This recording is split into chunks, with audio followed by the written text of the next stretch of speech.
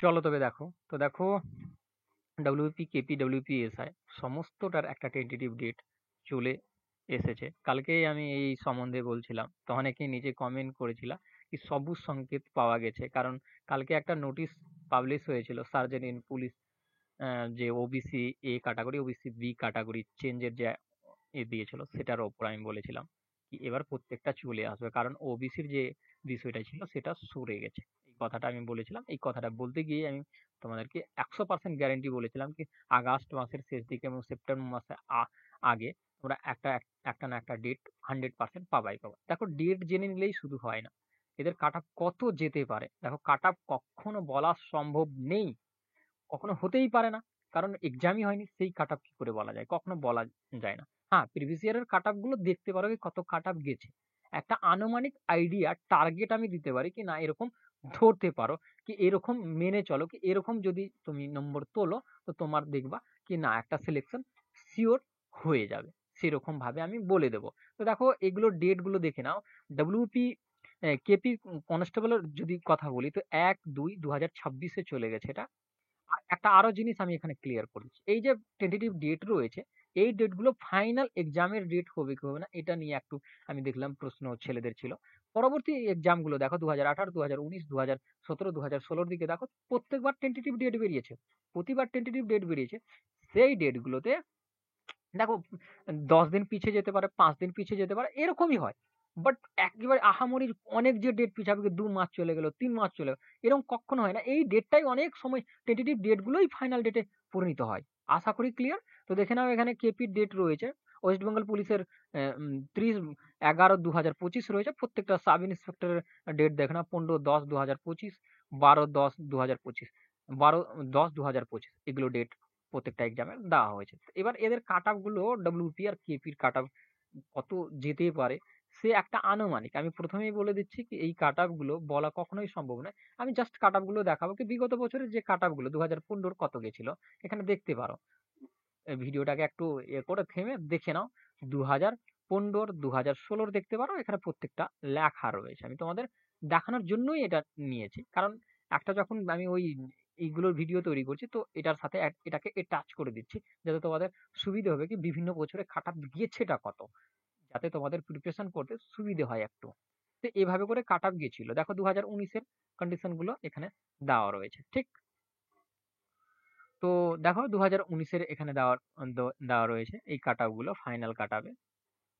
তো এবার দেখো, একটা আনুমানিক আমি বলি 2020-তে কত গেছিল দেখে নাও, প্রিলিমস এক্সামে কত গেছিল, আর তার ফাইনাল মেরিট লিস্টে কত গেছিল। যদি দেখো প্রিলিমস আর ফাইনাল মেরিট লিস্টের মধ্যে যদি একটু লক্ষ্য করো, তো খুব যে বেড়েছে এরকম খুব বাড়ে নাই, কিন্তু প্রতিবারই যদি লক্ষ্য করবো তো প্রতিবারই। আর এটা 2020-র ছিল।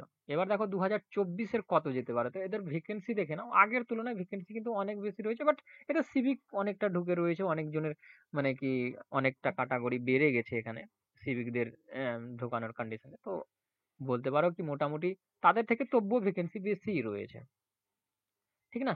তো এখানে কাট অফ কত যাবে, কত সেভ হতে পারে, সেভ স্কোর কত হতে পারে। তো আমি তোমাদেরকে একটা ক্লিয়ার করি, 50 থেকে 60 নম্বর টার্গেট রাখবা, এই নম্বরের ওপর ডিপেন্ডেন্ট করে রাখবা। এবার তোমরা মনে ভাববা না ওবিসি এর বলো, ওবিসি বি বলো, ওবিসি এর বলো, কখনো ওরকম ভাবে বলা সম্ভব নয়। হ্যাঁ, যারা ক্যাটাগরি জেনারেল থেকে বাদে রয়েছে তাদেরকে বলবো তারা 50 পারফেক্ট রয়েছে, 50-এর আপেই থাকবা। আর যারা জেনারেল রয়েছে তারা 60-এর ওপর যাবা। তো মানে কি একটা সিলেকশন পোস্টের জন্য একদম সেভ হয়ে যাওয়া। আশা করি ক্লিয়ার। আমি বললাম ইউআর যারা রয়েছে, জেনারেল ক্যাটাগরি রয়েছে, তারা 60+ নম্বর তোলার চেষ্টা করবা। আর যারা জেনারেল মধ্যে পড়ো না, এসটি ওবিসি এগুলোর মধ্যে পড়ো, তাদের 50+ কিন্তু খুব একটা 50+ কিন্তু খুব একটা ভালো নম্বর ডব্লিউপির ক্ষেত্রে বলছে। এবার যদি আসি, এগুলো টার্গেট ধরে চলো, এরকম টার্গেট তোমাকে ফুলফিল করতেই হবে। জেনারেলদের ক্ষেত্রে বলছি 60-এর আপে তুলতেই হবে তোমাকে, কোনো কিছু না। ফাইনাল কাট অফের কথা বলছি এটা। এই প্রিলিমস আর আগেই জানো কি একটাই এক্সাম হবে ডব্লিউপি, ঠিক না? আগেই নোটিশ প্রকাশিত করেছিল, আমি ভিডিও তৈরি করেছিলাম সেখানে বলেছিলাম ওনলি ওয়ান এক্সাম হবে। সেই ক্ষেত্রে 60+ নম্বর তোমার চাই চাই, 100% চাই। ক্লিয়ার? এবার দেখো, এবার এখানে ইন্টারভিউ এর নম্বর 8 নেই, কিন্তু এই 60+ নম্বরে ইন্টারভিউ এর নম্বর 8 নেই। সেই ইন্টারভিউ এর নম্বর কত এড হবে না হবে সেটা পরবর্তী বিষয়। বাট এখানে তোমার লিখিত নম্বর ৬০ হওয়া চাই। আর যে ক্যাটেগরির মধ্যে পড়ো তাদের ৫০ হওয়া চাই। আশা করি ক্লিয়ার? চলো এই টার্গেটকে মেনে বা এর থেকে বেশি টার্গেটকে ধরে চলো, বেশি বেটার। কেপির যদি কথা বলি, আগের কেপির ভ্যাকেন্সি অনেক কম ছিল, ১৬০০ প্লাস ভ্যাকেন্সি ছিল। এবারকার ভ্যাকেন্সি যদি দেখো তো ভ্যাকেন্সি ভালো পরিমাণে ভ্যাকেন্সি রয়েছে। আগেবারের তুলনার কথা বলছি। এর আগে যে এক্সামটা হলো সেখানে যে সিলেক্টেড হলো ছেলেগুলো, তারপরে যে ভ্যাকেন্সিটা এসেছিল ৩,০০০ ৩,৯০০ মানে ৪,০০০ এর মধ্যে ৩,৯৫৪টা ভ্যাকেন্সি রয়েছে। ঠিক? এবার একটা জিনিস ভালো করে এখানে ক্লিয়ার হয়ে যাও। সেখানের কাটঅফ দেখার যদি দেখো তো খুবই ভালো। বাট এটা আনুমানিক কত যেতে পারে দেখে নাও। এখানেও আমি বলব একটা জিনিস, সেখানে তো কাটঅফ ৬০ প্লাস এর ওপর গেছে। বাট সেখানে ভ্যাকেন্সি অনেক কম ছিল। তো সেহেতু তোমরা এখানে মেনে চলো ৫০ থেকে ৬২ র মতো। ঠিক না? ৫০ থেকে ৬২ রাখো টার্গেটে।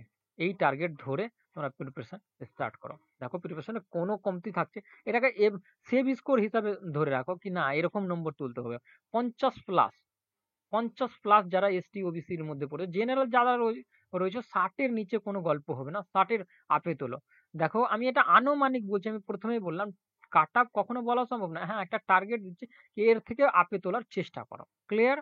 তো এটা ছিল মানে এ আশা করি বুঝতে পারলা কি এরকম এভারেজ নম্বর তোলা 100% দরকার। কিরকম ভ্যাকেন্সি ছিল আশা করি প্রত্যেকটা দেখতে পেলা। প্রতি বছরের আমি ভ্যাকেন্সি গুলো তোমাদের জন্য নিয়ে এসছিলাম।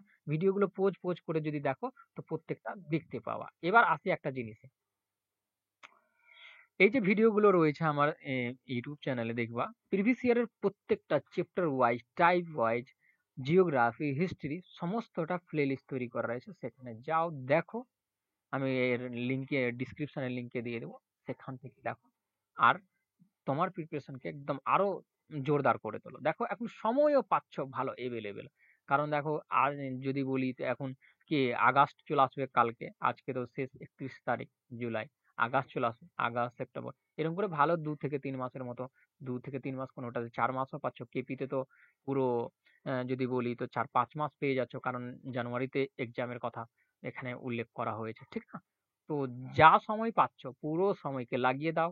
পুরো মানে কি পুরো কনসেনট্রেশন আর কিছু না, কারো ধ্যান না কি না এটার এ ফোন করছে, ও ফোন করছে, গার্লফ্রেন্ড আছে, ওটা আছে। সমস্ত কিছু ছাড়ো। একবার ঝুঁকে যাও। একবার চাকরি হয়ে যাবে তবে আবার চলে যাও। গার্লফ্রেন্ডকে নাও, যাকে নাও দুটো করো। কোনো ডাজন্ট ম্যাটার, ওগুলোতে কোনো ডিফারেন্ট পড়বে না। মেয়েদের ক্ষেত্রেও সেম আমি বলব কি বেশি ছেলেদের পিছনে ছুটো না। কারণ ছেলেরা ছেলেদের তো বুঝতেই পারছো, ছেলেরা যখনই ফোন করবা ছেলেদের পড়াশোনা আউট হয়ে যাবে একেবারে।